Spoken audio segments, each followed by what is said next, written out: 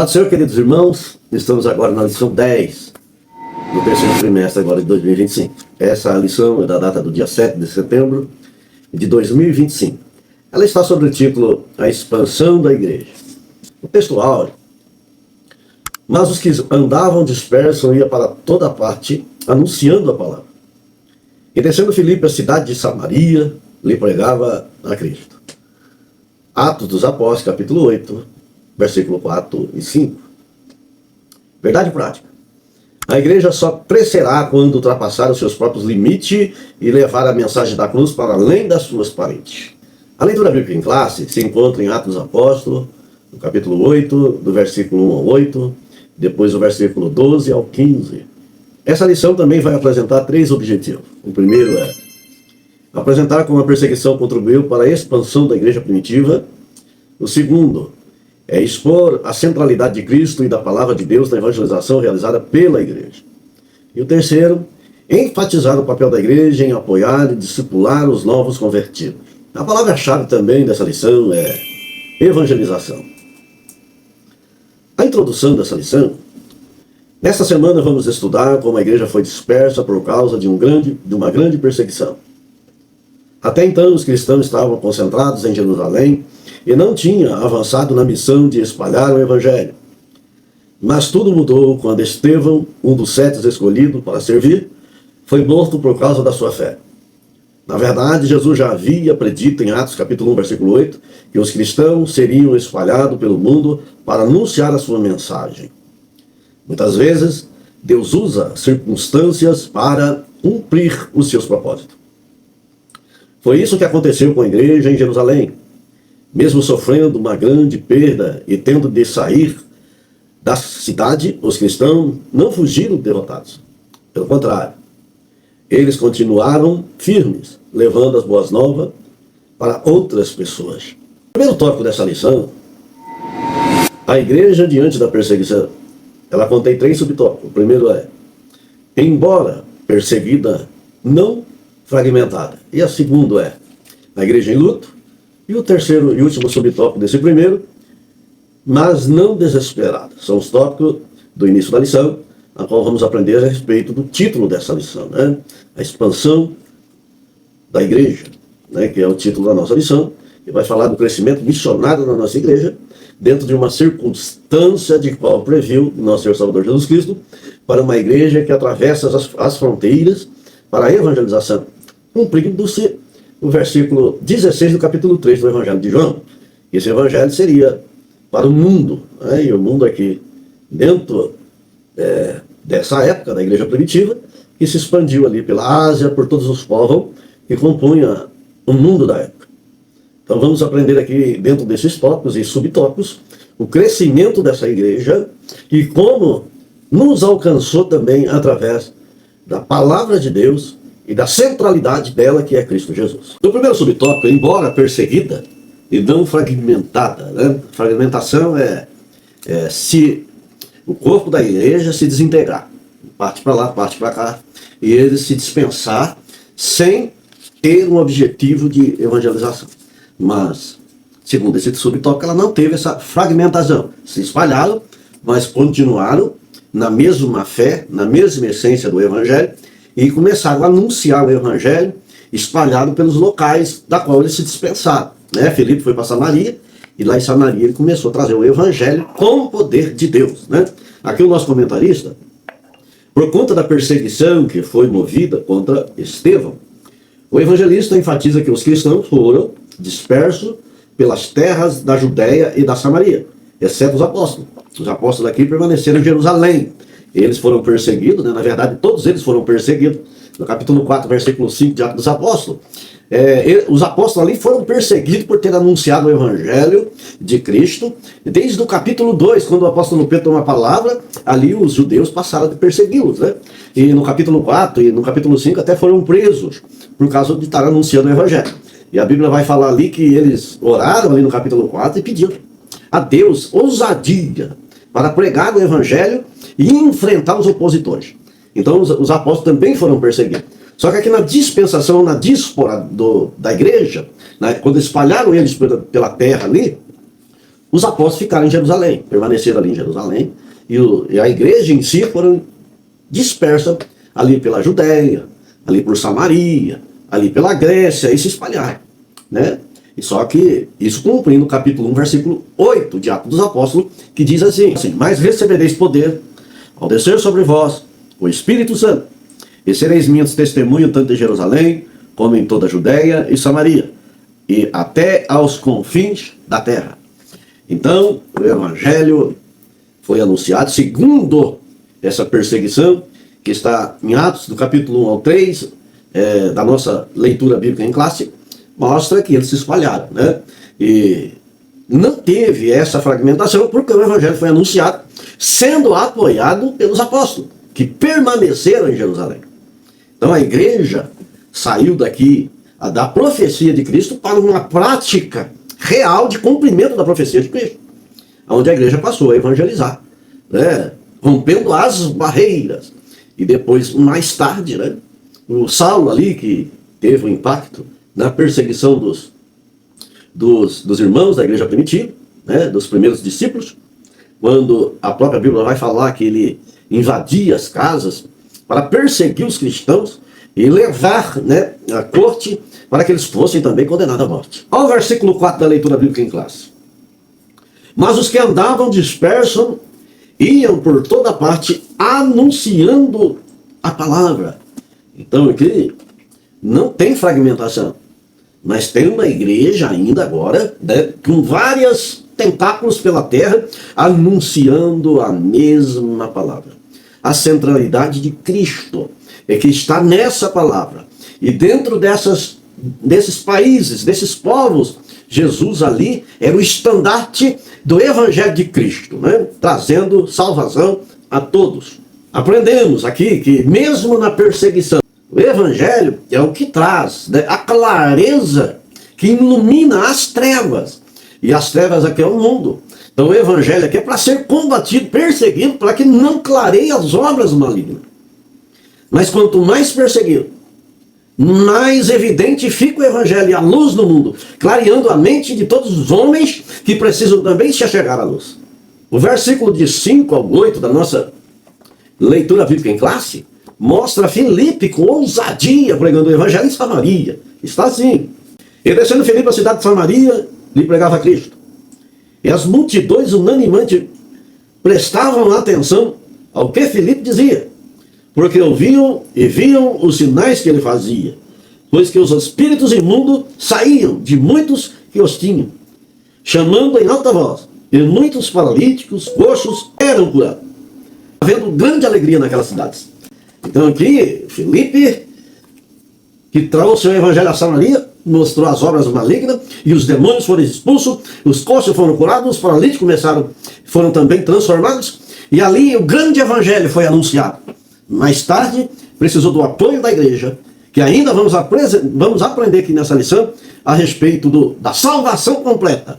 A salvação completa é crer no Senhor Jesus, fazer manifestação da fé, ser batizado e depois receber o Espírito Santo, que foi imposto pelos apóstolos. Aprendemos que Deus usa momentos difíceis para nos tirar da zona de conforto. Estamos tão tranquilos aqui em Jerusalém, vamos deixar quieto para lá, né?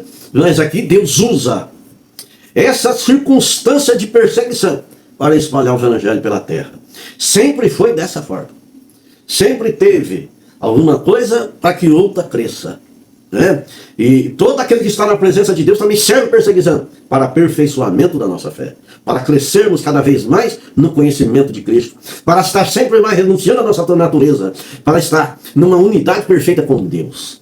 Então, todos nós sofremos essas afrontas e perseguições para podermos crescer, para podermos melhorar cada vez mais, né? Assim aconteceu com a igreja no começo, na igreja primitiva. O interessante é que naquela época os samaritanos eles eram desprezados pelos judeus, né? Havia ali uma barreira entre judeus e samaritanos. Agora o Evangelho chega, quebra essa barreira e traz unidade ao povo, né? Traz salvação a eles, né? E agora é obrigado a igreja a se unir, trazer um amor mútuo um para com os outros. E o Evangelho cumprido por Cristo, que está ali em São Marcos, no capítulo 16, a Bíblia fala que os sinais seguirão os que crerem. os que crerem em meu nome, diz o Senhor Jesus, expulsarão demônios, falarão em línguas, e se beberes alguma coisa mortífera, não lhe fará dano algum. Você vê que esse evangelho verdadeiro, que estava com Filipe em Samaria, seguiu ele fazendo esses sinais no meio dos povos samaritanos. Então, por isso, é uma confirmação do verdadeiro evangelho. Nesse primeiro tópico da lição, embora perseguida e não fragmentada, que é o primeiro tópico, né, não dispersa, fragmentada, mas aqui ela não é fragmentada. Ela foi perseguida, mas não fragmentada. Espalhada, mas não calada. Sofrida, mas cheio do Espírito Santo e da alegria do Senhor. E a igreja hoje, a verdadeira, a que prega Jesus, a que prega a palavra, ela ainda é perseguida. Mas toda aquela que é firmada na palavra de Deus, ela é frutífera, produz fruto. E esse fruto tem que permanecer para a honra e glória do nome do Senhor Jesus. Continuando aqui o segundo subtópico, a igreja em luto, o nosso comentarista, ele coloca assim: a narrativa de Lucas destaca que uns varões piedosos foram enterrar Estevão e fizeram sobre ele um grande pranto. É o que está ali em Atos, no capítulo 2, capítulo 8, e versículo 2. Diz assim, versículo 2. E uns varões piedosos foram enterrar Estevão e fizeram sobre ele um grande pranto, né? É o versículo 2, a respeito desses varões piedosos que choraram em cima plantearam a morte de Estevão. A palavra profetos, traduzida aqui como pranto, significa também choro, lamentação e luto. Lucas nos informa que esse pranto foi feito por varões piedosos, né? É o texto que está ali no versículo 2 de Atos dos Apóstolos a respeito do luto da igreja, né? A igreja em luto. Há uma diferença aí, né, entre o luto do mundo e o luto da igreja. O luto dos que ainda se encontram nas trevas e o luto daqueles que vieram para a luz, que estão com Cristo, na presença do Senhor. Há uma diferença muito grande, né? O sentimento de perda no mundo é um sentimento de perda eterna. O sentimento de perda ou de separação para aqueles que estão com Cristo é um sentimento de esperança, sabendo que no dia do Senhor retornaremos e estaremos todos juntos com Cristo. Então cremos aqui numa viva esperança que esse luto um dia se tornará em vida, e vida eterna. Por isso que o Senhor Jesus, no capítulo 10 do Evangelho de João, vai dizer assim: eu venho para que tenhas vida e a tenha em abundância. E cremos e temos esperança nessa palavra. Assim como ali no capítulo 11, e versículo 25 do Evangelho de João, Jesus vai dizer assim: eu sou a ressurreição e a vida. Quem crê em mim, ainda que esteja morto, viverá. Então temos essa esperança. Então o nosso luto, o nosso pranto é só a dor da separação. Mas temos a esperança em Cristo, que seremos ressuscitados assim como Ele foi. E o Espírito de Deus, o nosso Deus, vai nos ressuscitar e vamos todos juntos no céu adorar a Deus para todo sempre. Essa esperança também estava na irmã de Lázaro. Quando Jesus disse para ela assim: eu não tenho te dito que se creres verás a glória de Deus? Ali Marta creia, ela acreditava, ela tinha fé na ressurreição de Lázaro no último dia. Mas Jesus estava chamando ela para uma fé mais além, lá para o sobrenatural, quando disse a ela essas palavras: eu não tenho dito que se tu creres verás a glória de Deus? A glória de Deus se manifestou e Lázaro saiu da sepultura vivo naquele momento. Mas a Bíblia mostra que ele voltou de novo para a morte, mas dormiu novamente em Cristo e está pronto para quando Jesus se manifestar, ele sair da sepultura, todos que estiverem lá salvo se unindo, porque nós vivemos essa esperança dele. Então o luto da igreja é completamente diferente do luto do mundo.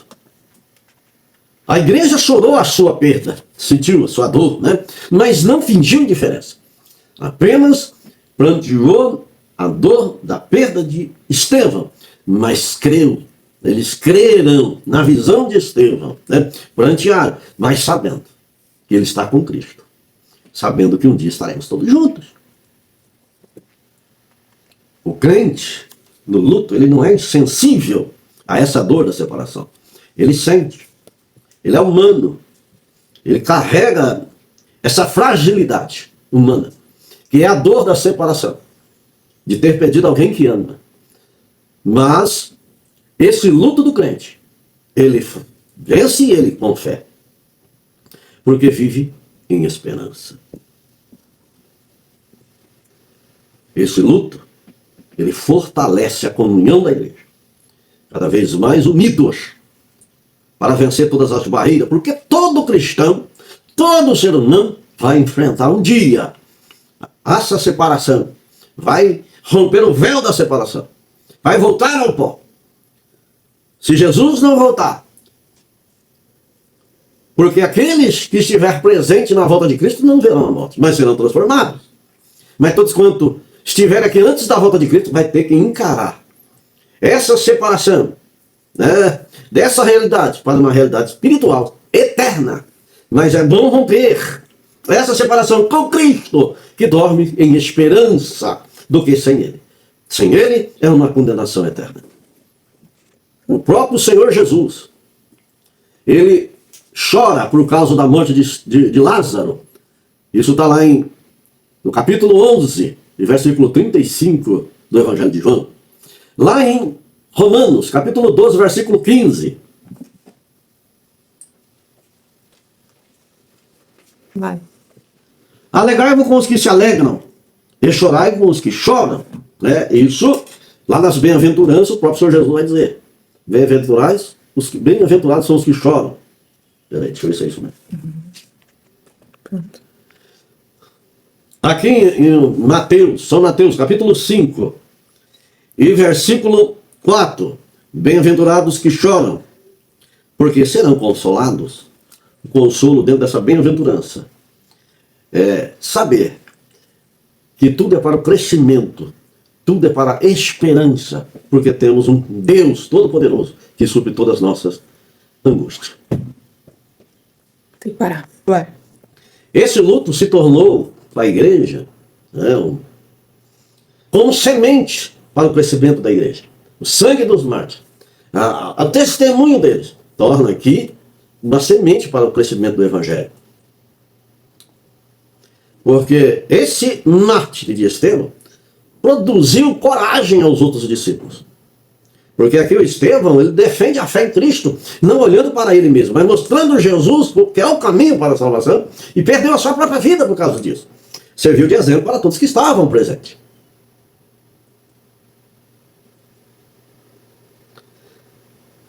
Lá em Atos Apóstolos, capítulo 7, versículos 55 e 56, mostra essa visão de Estevão a respeito do céu. E testemunhado por todos que estavam ali presentes, que o apedrejaram, mataram, por estar preferindo blasfêmias contra a lei. Né? E ali, Estevão serviu de exemplo, o seu sangue serviu de semente para os outros. Lá em 1 Tessalonicenses, capítulo 4, versículo 13, não queremos, porém, irmãos, que sejais ignorantes com a respeito dos que dormem, para não vos entristecerdes como os demais, que não têm esperança. A esperança aqui é o fundamental para aqueles que dormem em Cristo, porque o seu corpo dorme em esperança, sabendo que um dia ressuscitará, porque essa é a nossa esperança. Então a igreja, esse tópico, a igreja em luto, aqui desse tópico mostra que é um luto de esperança na ressurreição dos que esperam em Cristo. Serve como fundamentação para crer num evangelho centrado em Cristo. O terceiro subtópico, mas não desesperado. O fato é que a igreja planteou Estevão, chorou por ele, e lágrimas foram derramadas. Contudo, o texto não mostra uma igreja desesperada, desmotivada ou devorada pela tristeza. Um de seus membros, queridos ilustres, havia sido morto, trazendo consequência para todos. Mas isso não acalou, nem tampouco a impediu de manter-se entusiasmada para avançar ao testemunho de Cristo. Esse subtópico aqui, mas não desesperada, reflete dois versículos no capítulo 4 de 2 Coríntios. Lá em 2 Coríntios, a Bíblia mostra a respeito disso. No versículo 8, em tudo somos atribulados, porém não angustiados, perplexos, porém não desanimados, perseguidos, porém não desamparados, abatidos, porém não destruídos. Esses dois versículos refletem esse tópico, a respeito de não desesperada, não uma igreja aflita, uma igreja totalmente atribulada. Mas o versículo mostra, na continuação ainda, do versículo 10, levando sempre no corpo o morrer de Jesus, para que também a sua vida se manifeste em nosso corpo. Em Jesus aqui, trazendo uma esperança. O versículo 11, porque nós que vivemos somos sempre entregues à morte por causa de Jesus. Aqui, estamos entregues a uma matadouro como ovelhas. Como ovelhas, somos entregues à morte todos os dias. Para que também a vida de Jesus se manifesta em nossa carne mortal. Versículo 12. De modo que em nós opere a morte, mas em vós a vida. Tendo, porém, o mesmo espírito da fé, como está escrito, eu criei por isso, e por isso é que falei. Também nós cremos, por isso também falamos. E o versículo 14. Sabendo que aquele que ressuscitou o Senhor Jesus também nos ressuscitará com Jesus e nos apresentará convosco. Então aqui está a esperança. Não estamos desesperados. Sabemos a quem nós serve, ao Deus que conhecemos, ao Deus que professamos, ao seu Filho que morreu por nós, ao seu Filho que nos dará a vida eterna. Então para isso não entramos em desespero. Sabemos que a morte vai vir, mas cremos naquilo que o Senhor disse. O Senhor Jesus disse, não está morto, mas dorme. Então dormiremos com Cristo. Então esse desespero para o cristão não existe. Estevão aqui defendeu até o último o verdadeiro evangelho. E contemplou a glória de Deus. Não deu importância à sua vida, mas usou as mesmas palavras do Senhor Jesus quando viu a glória de Deus. Para que Deus não lhe imputasse esse pecado, mas que o perdoasse por esse ato. Então na igreja do Senhor nunca se desespera, mas sempre vive uma viva esperança em Cristo. Segundo tópico dessa lição, a igreja que evangeliza, ela tem dois subtópicos, esse tópico. O primeiro é evangelização centrada na palavra, evangelização centrada em Cristo, né? Esses dois subtópicos aqui desse segundo tópico, sendo que aqui o primeiro, né, centrada na palavra, o nosso comentarista, ele diz assim, em Atos 8:4, lemos que os que andavam dispersos iam por toda parte anunciando a palavra. Esse versículo mostra que a igreja primitiva era movida pelo poder do Espírito Santo, ou seja, cheia da presença divina para levar a mensagem de Jesus adiante. Mas além disso, a igreja de Jerusalém também era focada na palavra de Deus. A centralidade da evangelização é a palavra de Deus ao qual eles levam com eles, né? Mesmo eles sendo dispersos por toda parte, mas mesmo assim continuava pregando, porque eles estavam cheios do Espírito Santo. Eles tinham necessidade de falar o evangelho por causa daquilo que estavam dentro deles, né? Que é anunciar o Senhor Jesus.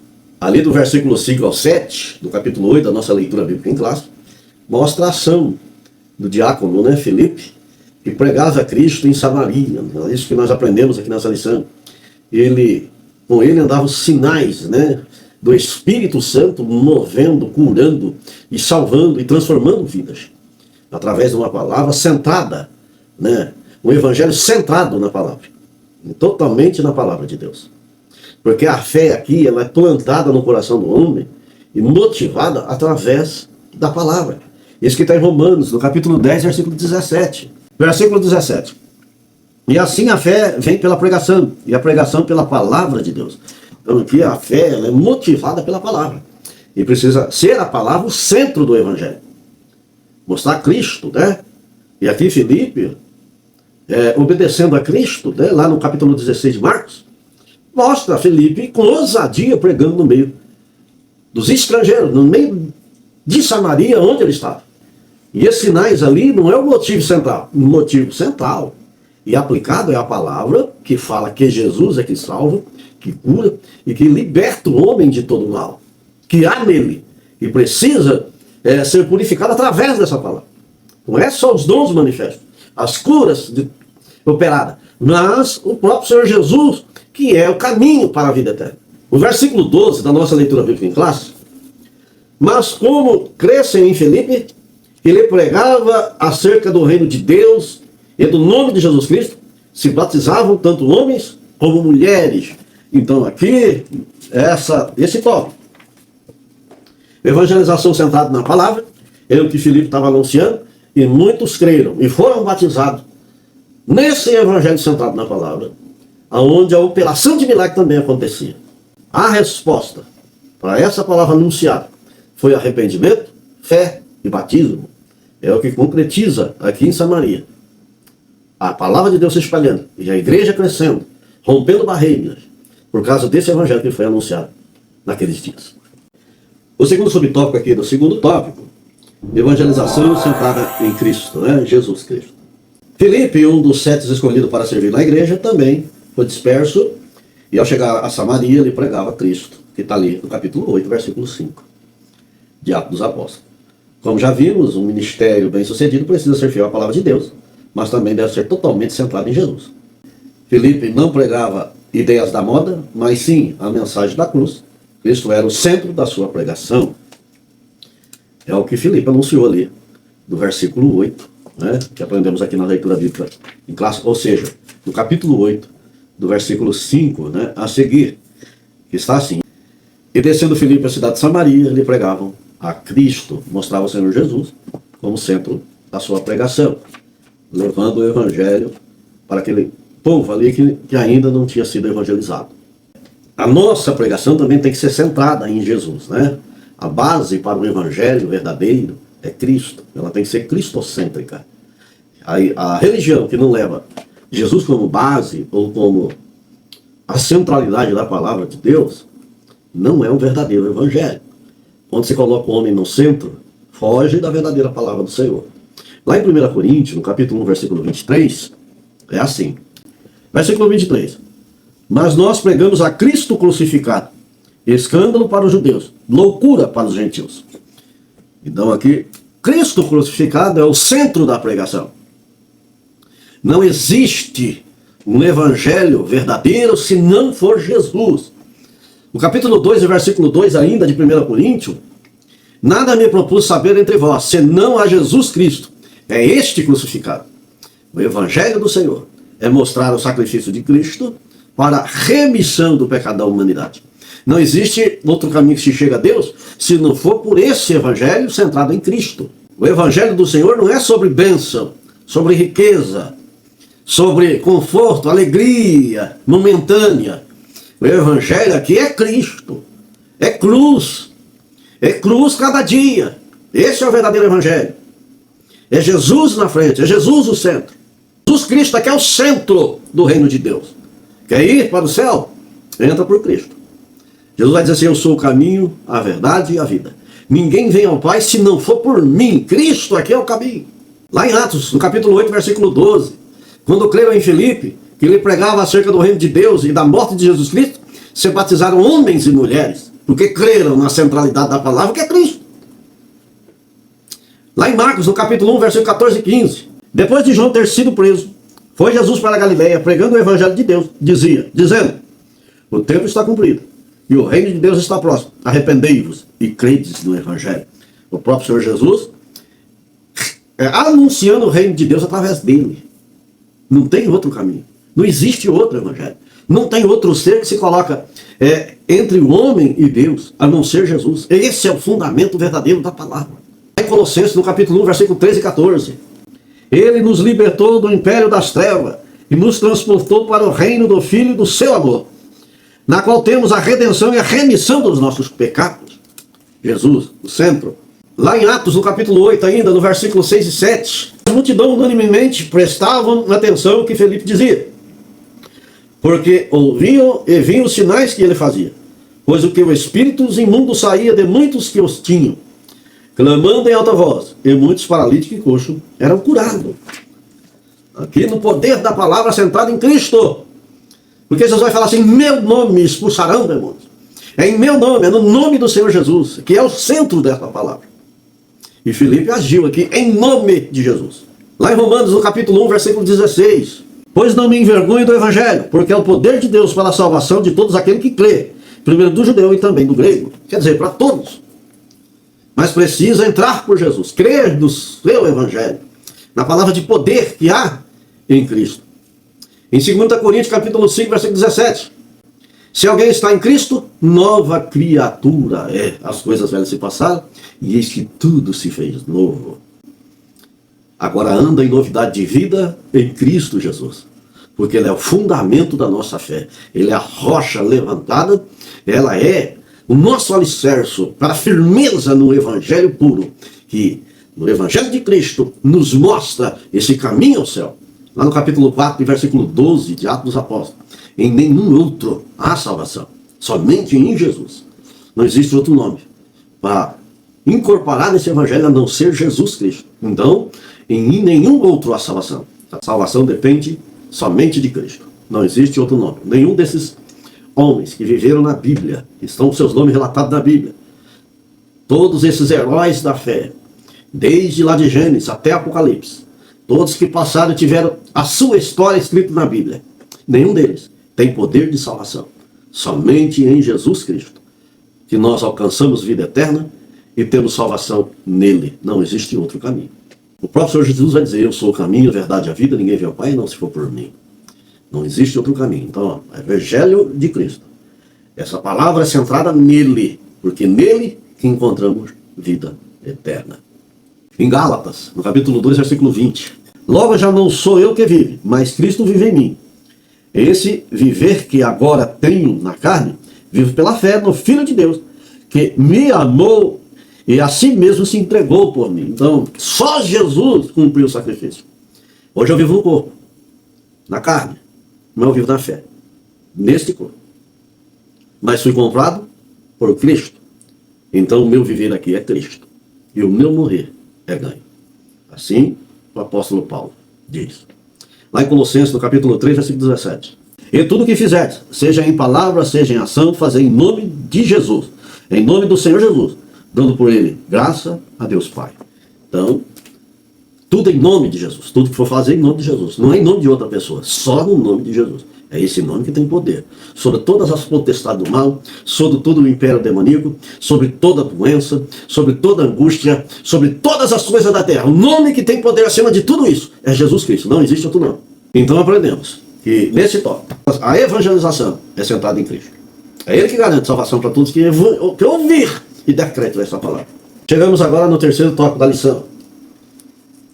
O terceiro tópico é assim: a igreja que dá suporte à evangelização. Esse tópico também tem 3 subtópicos. O primeiro, o suporte da igreja. O segundo, a igreja que discipula. E o terceiro, sem o recebimento do Espírito, o discipulado está incompleto. Vamos entender aqui cada tópico desse, segundo a palavra de Deus. O nosso comentarista nos ajuda aqui comentando assim. No livro de Atos, lemos que os apóstolos, pois que estavam em Jerusalém, ouvindo que Samaria recebera a palavra de Deus, enviaram para lá Pedro e João. Essa passagem mostra que a igreja de Jerusalém dava suporte completo, apoio ao trabalho que era feito fora dos seus muros. Quando a igreja começou a sair fora dos seus portões, os apóstolos procuraram dar apoio e suporte ao trabalho evangelístico e missionário. Aqui, nesse tópico, o suporte da igreja, devido ao grande crescimento que a igreja estava acrescentando membros, que precisava ajudar na criação de homens cheios de Deus, através do suporte da igreja que estava em Jerusalém. Aí foi para lá Pedro e João, para ajudar no discipulado dos irmãos, no trabalho de batizar, no trabalho da imposição de mão para batismo com o Espírito Santo e com fogo. Havia ali esse trabalho para ajudar os missionários que estavam ali. Não era só manter os missionários ou enviar os missionários, mas era ajudar no crescimento da igreja, que o crescimento estava muito grande e muitas pessoas se rendiam ao Evangelho do Senhor, que estava ali no princípio da igreja. O versículo 5 da nossa leitura bíblica em classe, e depois o versículo 12, está assim: e descendo Filipe à cidade de Samaria, ele pregava a Cristo. Versículo 12: mas como cresceram em Filipe, ele pregavam acerca do reino de Deus, e do nome de Jesus Cristo batizavam tanto os homens como mulheres. Então o crescimento da igreja aqui foi rápido. Então precisou do suporte da igreja para ajudar ali Filipe nesse trabalho missionário que ele estava fazendo ali em Samaria. Esse suporte da igreja, ali em 1 Coríntios, por exemplo, no versículo 23, um versículo já lido aqui nessa lição: mas só pregamos a Cristo crucificado, escândalo para os judeus, loucura para os gentios. Aqui o Filipe pregava esse Cristo crucificado e mostrava para gentios e gregos um escândalo para eles. Mas para aqueles que eram convencidos pelo Espírito Santo de Deus, era o evangelho da salvação, de transformação. 1 Coríntios 2:2, não me propus a saber entre vós, senão é Jesus Cristo, a este crucificado. Aqui o evangelho da igreja é Cristo crucificado, que traz ao homem uma novidade de vida. Agora é uma vida diferente, uma vida de renúncia, uma vida pautada na palavra verdadeira de Deus. E mostra Cristo como servo do reino de Deus. Como aprendemos um pouco aqui na palavra centrada em Cristo, né? E mostra ali que para chegar até a Deus precisa passar por Jesus.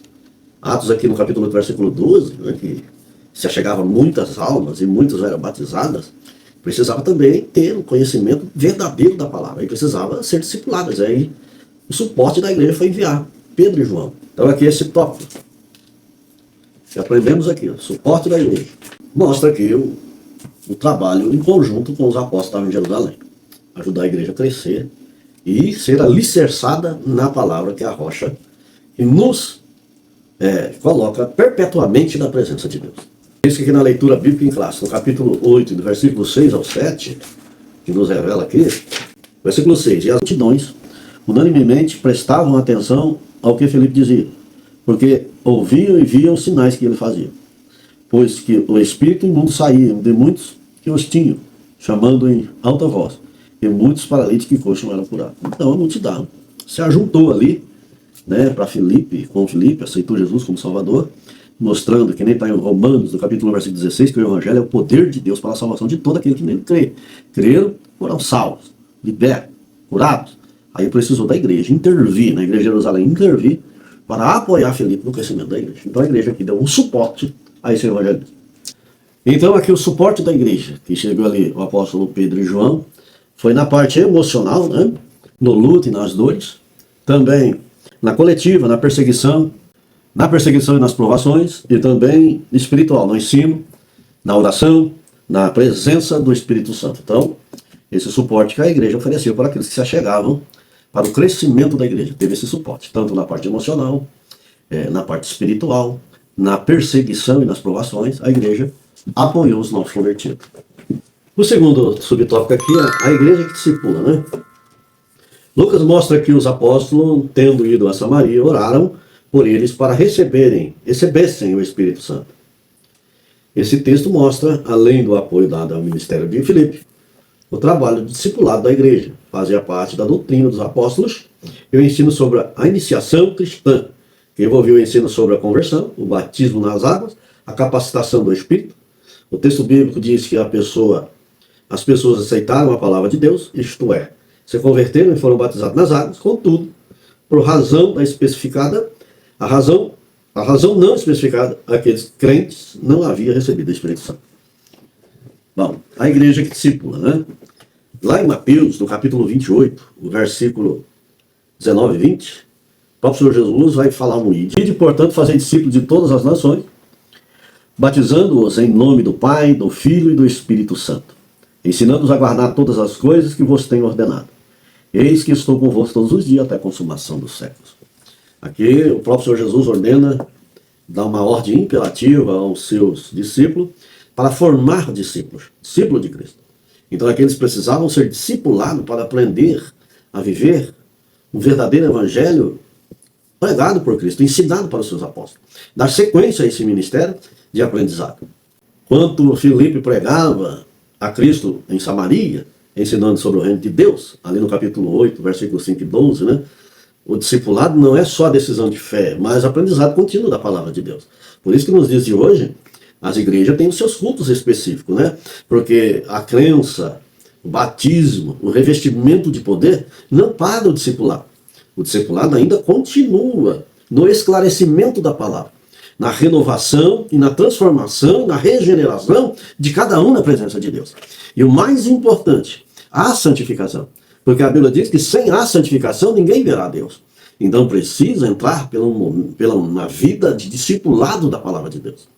Hoje eu renuncio um pouco, amanhã eu renuncio mais um pouco e vou vivendo uma vida de renúncia, carregando a minha cruz sobre os meus ombros para alcançar a estatura de varão perfeito, assim como o apóstolo Paulo diz.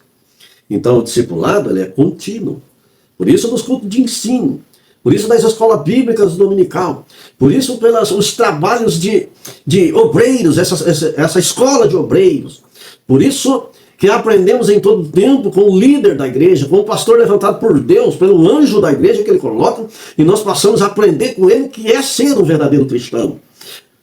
Uma palavra centrada na Bíblia, centrada em Cristo, mostrar a sua conduta, para aprender com ele ter a mesma conduta, assim como o apóstolo Paulo disse, sejam meus imitadores, assim como eu sou de Cristo. Aprendemos com eles para estarmos, cada dia melhor. Lá em 2 Timóteo, no capítulo 2 e versículo 2, e o que de minha parte ouviste através de muitas testemunhas. Isso mesmo, transmite homens fiéis e também idôneos para instruir os outros. Aqui, em 2 Timóteo, o apóstolo Paulo está falando a ele a respeito dessa conduta, desse discipulado, para poder transmitir uma palavra verdadeira àqueles que precisam entrar por o mesmo caminho de cristãos que vai ser solidado na palavra, ser sólidos na palavra. Eles aqui não podem ser somente ouvintes, esses ouvintes que por ocasiões passam a ouvir, mas que possam ser firmados na verdadeira palavra que é a rocha, que é Cristo. E não se desvie desse caminho. Então toda a igreja precisa estar sempre em ensinamento para aprender a ser um discípulo de Cristo, um discípulo verdadeiro. Aquilo que Jesus ensinou. Que ele ia edificar sobre ele a sua igreja. E vai dizer para Pedro, apacenta as minhas ovelhas. Apacentar aqui é alimentar, é conduzir, é mostrar o caminho, é estar na frente, é tomar conta, é se padecer por ela. Instruir, discipular a cada um dos membros do corpo de Cristo. Aqui uma igreja, segundo estamos aprendendo aqui, sobre o título dessa igreja aqui, a expansão da igreja. Ela precisa crescer, mas crescer alicerçada em Cristo. Essa é a igreja verdadeira, que está sempre preocupada em ensinar e discipular todos os que estão na presença de Deus, aprendendo a palavra de Deus. Lá em Atos, no capítulo 11, versículo 26, e em Antioquia, os discípulos, pela primeira vez, foram chamados de cristão. Ali em Antioquia, os irmãos passaram a ser conhecidos como cristão. Cristão aqui porque traziam a semelhança de Cristo na conduta, no proceder. Eles passaram a ser chamados de cristão porque eram discipulados conforme os ensinamentos de Cristo. E hoje, muitas igrejas são chamadas de cristão, mas não são, viu? A verdadeiros cristãos são aqueles que respeitam a palavra, vivem pela palavra, centraliza como Cristo. Esses são os verdadeiros cristãos. Não vai ser um monte de cristão que tem hoje, toma cuidado, porque todo mundo hoje é crente. Todo mundo hoje fala que é cristão. Mas cristão aqui, ele tem que renunciar a essa vida carnal. O terceiro subtópico aqui da lição, o último tópico, sem o recebimento do Espírito, o discipulado está incompleto. Filipe pregou a Cristo e realizou muitos sinais entre os samaritanos, levando-os à fé e ao batismo nas águas. Mais tarde, os apóstolos Pedro e João foram enviados para que recebessem o Espírito Santo, completando assim o discipulado desses novos crentes. Para os apóstolos, o discipulado estava incompleto sem o recebimento do Espírito. Essa visão de conversão cristã permanece e devemos levar os novos na fé a desfrutarem da experiência pentecostal, assim como fizeram os apóstolos. Esse tópico aqui de não receber o Espírito Santo, que o discipulado está incompleto, assim como o nosso comentarista colocou aqui na lição, ela vai trazer vários pontos de fé, na caminhada de cristão e de muitas igrejas que não têm o mesmo pensamento que o nosso. Aí vai trazer aí um pouquinho de alguns assuntos a ser tratado, Não creio que numa lição bíblica ou apenas um comentário de um tópico consiga esclarecer tudo isso. Mas, independente da salvação do ser humano aqui, a salvação é pela fé em Cristo. Não depende de dons ou capacitação ou poder. Que nada disso leva ninguém a Deus. O que leva a Deus aqui é renúncia e crer no Senhor Jesus de todo o seu coração. Por isso que lá em Efésios, no livro de Efésios, na carta de Efésios, no capítulo 2, a Bíblia fala que a salvação é pela graça, que não é de merecimento, que está lá assim no capítulo 2. Versículo 8. Porque pela graça sois salvos mediante a fé. E isso não vem de vós, é dom de Deus. Não de obras para que ninguém se glorie. Pois somos feitura dele, criados em Cristo Jesus para boas obras, as quais Deus nos antemão preparou para que andássemos nela. Então aqui é uma ação de Deus de graça para o homem. Todos aqueles que recebem Jesus recebem a salvação. Basta crer nele. Agora aqui, para completar esse discipulado aqui, a qual o nosso comentarista aqui, ela tem dois caminhos. Revestimento de poder e renúncia da natureza. A renúncia da natureza aqui é o que está em Gálatas, no capítulo 5, do versículo 16 a seguir, que diz assim, a mostrar esse outro caminho que esse discipulado que está apontando, o caminho do poder e o caminho de renúncia, que é através do Espírito que renunciamos à nossa carne. Por isso que está assim. Digo, porém, andai no Espírito e jamais satisfarei a concupiscência da carne. Porque a carne milita contra o Espírito, e o Espírito contra a carne, porque são opostos entre si, para que não façais o que porventura sejais do vosso querer. Mas se sois guiados pelo Espírito, não estáis sob a lei. Então, o Espírito é o que atua no ser humano para renunciar toda a vontade da carne, né, todas as obras da carne, e crie dentro dele um fruto. E esse fruto se chama fruto do Espírito. Essa frase está no singular, no presente do indicativo. Cada ser humano tem que criar esse fruto. Mas quem convence o homem para se santificar é o Espírito. Ele que convence o homem do pecado e da morte. Mas também, por outro caminho, que o nosso comentarista está colocando aqui, é o revestimento de poder, que é dado, assim como está lá no capítulo 1, versículo 8, e o cumprimento aqui no capítulo 2, do versículo 1 ao 4 de Atos dos Apóstolos. Que é essa evidência da profecia de Joel em cada ser humano. Que vai ser a atuação do poder de Deus na evangelização. Para aprender qual é o poder de Deus em si mesmo. Então ele tem essas duas vertentes. E nós temos que aprender aqui, distingui-las. Né? Para mostrar ao ser humano, àqueles que estão aprendendo, qual é a ação do Espírito Santo em nossa vida. Sem ele, né, assim como Jesus disse lá no capítulo 15 e versículo 5 do Evangelho de João, eu sou a videira e vós os ramos, estamos em Cristo. Quem permanece em mim precisa estar em Cristo, ligado nele. E eu nele, Jesus precisa estar em você. Não é os seus pensamentos que vai determinar a sua caminhada com Cristo. Você precisa estar nele e as palavras dele têm que estar em vós. Né? Esse dá muito fruto. Porque sem mim, essa é a parte B. Porque sem mim nada podereis fazer. Precisa estar com o Espírito Santo dentro do seu coração para fazer uma transformação desse teu eu que precisa ser renunciado. Então essa é a atuação de um caminho do Espírito. O outro caminho é o revestimento de poder para ser testemunha. A testemunha que tem que ter esse poder. Porque a atuação aqui não é só em palavras, mas é em poder manifesto. Quando o poder é manifesto, você expulsa demônio. Você fala em línguas. Na língua glossária humana e na língua dos anjos. E você cura os enfermos. Você é protegido pelo Espírito, porque é esse poder que se manifesta. Então aqui é o caminho do poder e é o caminho da santificação e da purificação para chegar a Deus. Capítulo 8, versículo 16 e 17 de Atos dos Apóstolos ainda, está assim. Portanto, não havia sido descido sobre nenhum deles, mas somente havia sido batizado em nome do Senhor Jesus, que já garantia a salvação, em nome de Jesus. Creram na palavra. Se colocaram para ser batizados, foram batizados, são salvos. Versículo 17. Então lhe impunham as mãos e recebiam o Espírito Santo. E o revestimento. Agora, andar em novidade de vida. Quem vai trazer essa novidade de vida é a vida espiritual encaminhada, né? Em aperfeiçoamento.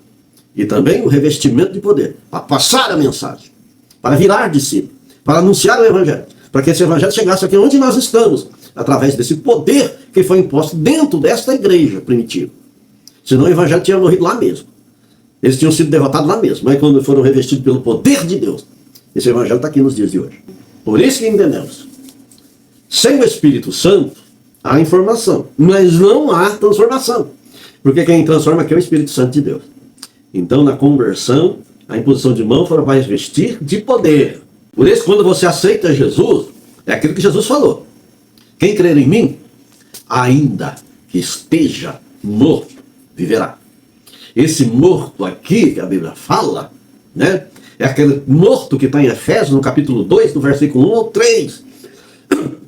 Que nós estamos mortos nas nossas ofensas e pecados. Jesus nos traz vida crendo nele. Ele vai ressuscitar o espírito que está em ti, que está morto, trazer de volta a vida. Vamos lá em Efésios, no capítulo 2. Ele vos deu a vida, estando vós mortos nos vossos delitos e pecados. Ressuscitou teu espírito. Estava morto, agora está vivo. Você aceitou. Jesus te dá vida no espírito.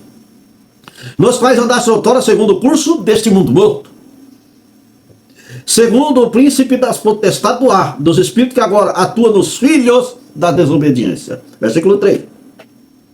Entre os quais também todos nós andávamos outrora segundo a inclinação da nossa carne, fazendo a vontade da carne e dos pensamentos. Éramos por natureza filho da ira, como também os demais. Agora o próximo versículo, que é o versículo 4.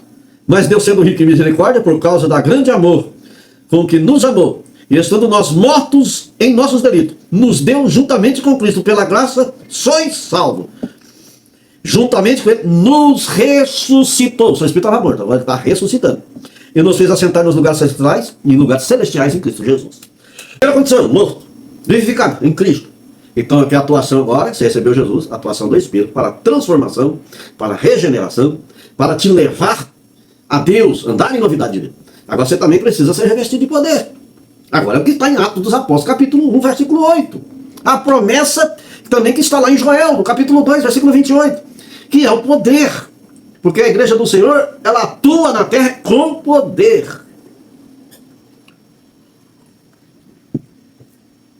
Esse poder aqui é contra toda a potestade do mal, todo inferno, toda obra maligna.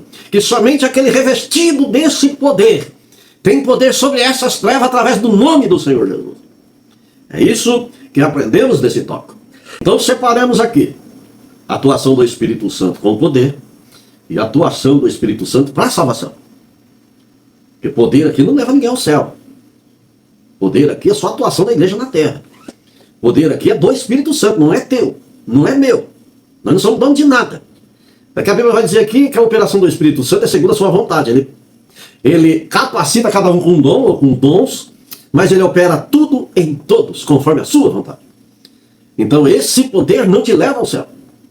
Por isso que lá em 1 Coríntios, capítulo 12, e o último versículo desse capítulo, versículo 31, diz assim: entretanto, procurai com zelo os melhores dons, e eu posso lhe mostrar ainda um caminho sobremodo excelente. Aqui ele está mostrando um outro caminho que é maior do que os dons, que é o capítulo 13, que é o amor, que supera tudo isso. Porque sem o amor ninguém vai chegar a Deus.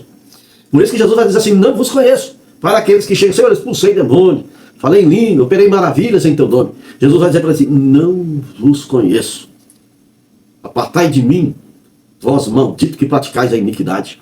Então mostra aqui que poder não salva, mas aquele que deixa se revestir do Espírito Santo para a transformação da sua natureza. A Bíblia fala que o amor passa a reinar em seu coração. Ele passa a ver que Deus é maior, que o seu amor excede todo o entendimento, que o seu amor supera todas as coisas. Ele passa a amar a Deus sobre tudo isso e ao próximo como a ti mesmo. O próximo aqui é um vínculo de perfeição, colocando você a terceiro plano. Esse aí é o que te leva ao céu, que é o poder da transformação pelo Espírito. A salvação precisa crer em Jesus. Creu em Jesus? Já tem a vida eterna. Está lá, no capítulo 3, versículo 16 de João. Fazendo essa separação, entendemos aqui esse subtópico.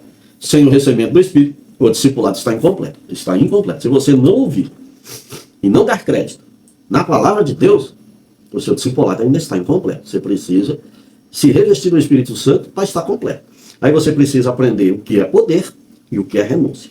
O que é andar pelo Espírito e o que é o revestimento de poder, que é do Espírito, para poder trabalhar numa operação dentro de um corpo, que é o corpo, que é a igreja. E o cabeça é Cristo. Que Deus abençoe os irmãos. Tentando aqui, esse assunto, ele ainda cresce muito mais, né? Tem muitas coisas que precisa falar a respeito desse tópico, né? Que o nosso irmão colocou aqui. Sem o recebimento do Espírito, o discipulado está incompleto. O discipulado aqui é conhecimento. É se aprofundar em conhecimento do nosso Senhor Jesus Cristo, né? E a Bíblia toda fala de Jesus e reflete na igreja. Tanto lá no Antigo Testamento reflete na igreja, também o Antigo Testamento reflete em Cristo. Aprendemos assim. E essas perseguições que a igreja sofreu no passado, em toda a história da igreja, houve perseguição. Em toda a história da igreja, quando veio a perseguição, veio o crescimento da igreja. Assim como em 1500, quando houve a reforma, que houve a perseguição contra Martinho Lutero, a igreja cresceu. 100 anos antes, teve um dos nossos heróis da fé, se não me falha a memória, ele era conhecido como o Ganso, e ele foi queimado numa pilha de fogo, mas profetizou a vinda do cisne, que é Martinho Lutero. E a Bíblia fala, a Bíblia não, a história fala, que ele pregou as suas teses ali na Alemanha, ali no castelo de Wittenberg. O Martinho Lutero pregou as suas 95 teses a respeito da reforma, ali em 1517, se não falha a memória.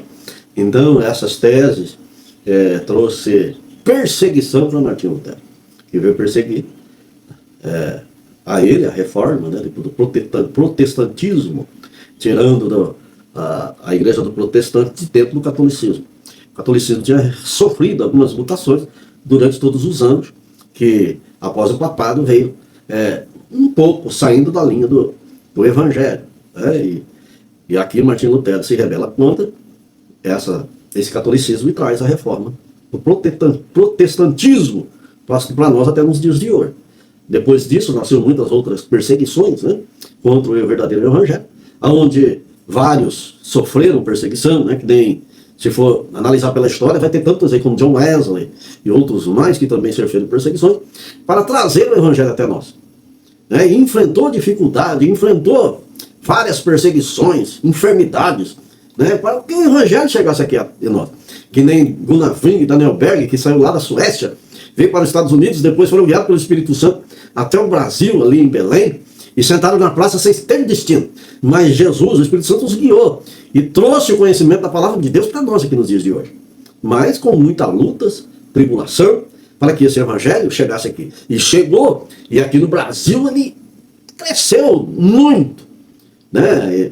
E foi aonde fundou a nossa igreja hoje. A nossa é a Assembleia de Deus, Ministério de Belém, né? E tem muitas outras aí também que seguem o mesmo fundamento, o mesmo evangelho, professa a mesma fé, o mesmo Espírito, e também é uma igreja que participará do arrebatamento da igreja. Tantos pentecostais e tantos que não são pentecostais, mas também que professa a mesma fé, que também recebeu o mesmo Espírito e que vive uma renúncia da natureza deles, né? Cada um tem que renunciar à sua própria natureza. Então, todos esses aí vai fazer parte da igreja que vai morar no céu. Na conclusão dessa lição, que é o final dela, né, que aprendemos aqui,